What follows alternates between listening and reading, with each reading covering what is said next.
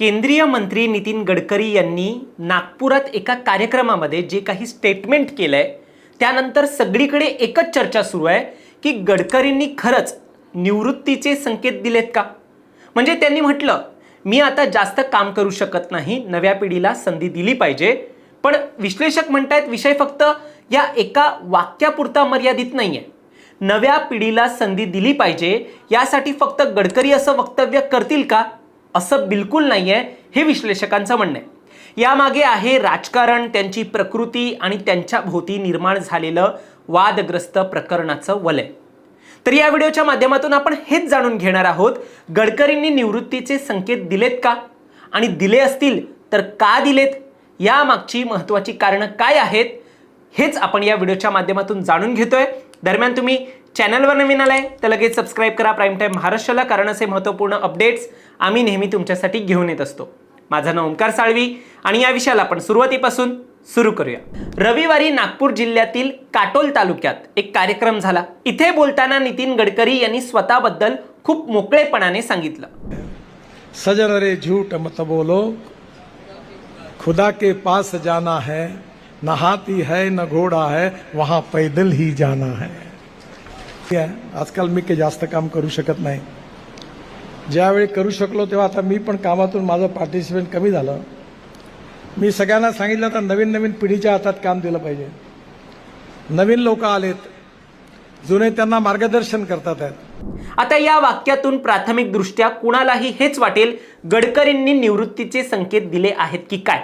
आता नितीन गडकरी यांनी नव्या नेतृत्वाला संधी देण्याचं म्हटलंय. तुम्हाला काय वाटतं, फक्त युवा नेतृत्वाला संधी मिळायला हवी म्हणून त्यांनी असं वक्तव्य केलंय का? तर विश्लेषक म्हणतात त्यांच्या या वक्तव्यामागे फक्त एक कारण नाहीये, आज गडकरींची प्रकृती देखील या वक्तव्यामागचं मुख्य कारण आहे. आता पूर्वी इतके काम स्वतःकडून होत नाही, यातून त्यांनी वयाचा आणि त्यानुसार बदलत्या प्रकृतीचा अप्रत्यक्षपणे उल्लेख केलाय. विविध आर्टिकलमधून मिळालेल्या माहितीनुसार गडकरी टाईप 2 मधुमेहाचे म्हणजे डायबिटीसचे रुग्ण आहेत. यामुळे कधी कधी त्यांची रक्तातील साखर कमी होणे म्हणजे लो शुगरमुळे चक्कर येणं, थकवा येणं अशा घटना त्यांच्यासोबत घडलेल्या आहेत.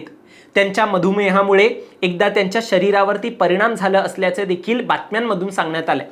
2011 पासून अस्थिर झालेली त्यांच्या या प्रकृतीचे पडसाद अजूनही 2026 पर्यंत जाणवतात. वेगवेगळ्या कार्यक्रमात ते भोवळ येऊन पडलेत आणि नंतर त्यांना रुग्णालयात दाखल करण्यात आले. नितीन गडकरी स्वतः सांगतात कोविड काळात काही जवळच्या मित्रांचं निधन झाल्यानंतर त्यांनी जीवनशैली पूर्णपणे बदललेली आहे. त्यांनी स्वतः सांगितलंय की पूर्वी वजन 135 किलो पर्यंत होतं, आता ते सुमारे 89 किलोवर आलेलं आहे. आता ते दररोज 2 तासापर्यंत तरी योग आणि प्राणायाम आणि व्यायाम करतात.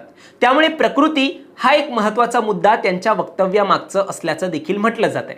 गडकरींनी निवृत्तीचे संकेत दिलेत हे म्हणण्यामागचं अजून एक दुसरं कारण म्हणजे त्यांच्या भोवतीचं वादग्रस्त वलय आणि त्यामुळे होणारं राजकारण.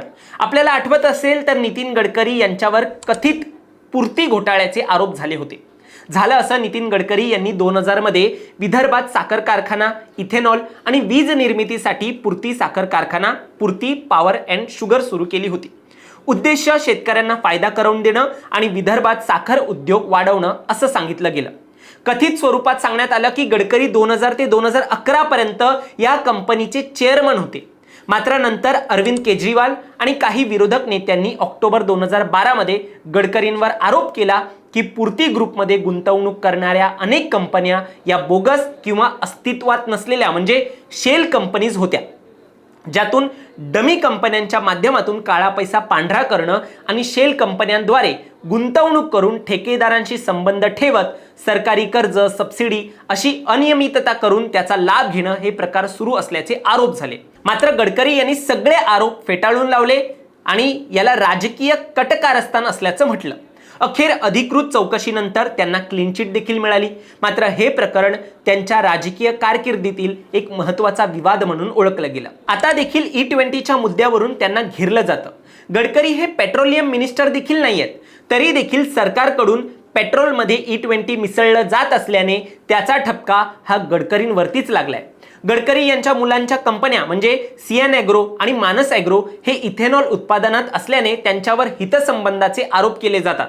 वाहनांचे इंजिन खराब होण्याच्या तक्रारी आणि सोशल मीडियावर या संबंधित त्यांचे डीपफेक व्हिडिओ बनवले गेल्याने गडकरी यांनी मध्ये तर बॉम्बे हायकोर्टात मानहानीचा दावा देखील दाखल केला होता आणि नंतर सोशल मीडिया कंपन्यांना हे कंटेंट जे आहे ते हटवण्याचे आदेश मिळाले होते.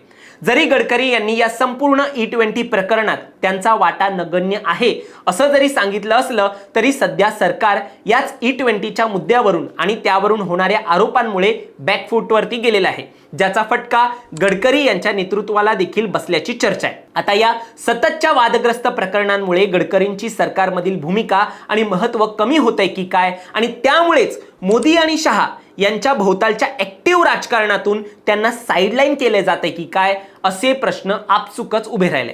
महत्त्वाचं म्हणजे सध्या भाजपमध्ये राष्ट्रीय पातळीवरती मोठे संघटनात्मक फेरबदल देखील झालेत. 65 सदस्यांच्या राष्ट्रीय कार्यकारिणीत 51 नवीन चेहऱ्यांचा समावेश करण्यात आलाय. पक्षाने 13 राष्ट्रीय उपाध्यक्ष नियुक्त केलेत. त्यात वसुंधरा राजे शिंदे, राम माधव यांच्यासह स्मृती इराणी यांचा सरचिटणीसपदी एक जबाबदारी जी आहे ती त्यांना मिळालेली आहे. पिढी बदलाचे संकेत पक्ष संघटनेने देखील स्पष्टपणे देऊन टाकले.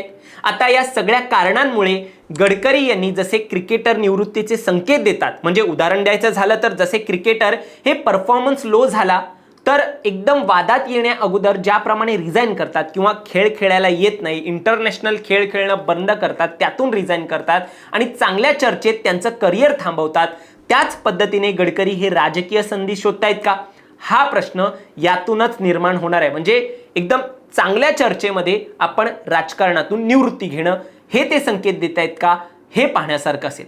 तुम्हाला या सगळ्यावर काय वाटतं? तुमचं मत देखील आम्हाला कमेंटमध्ये नक्की सांगा आणि असेच राजकीय अपडेट्स पाहण्यासाठी सबस्क्राईब करा प्राईम टाईम महाराष्ट्राला. धन्यवाद.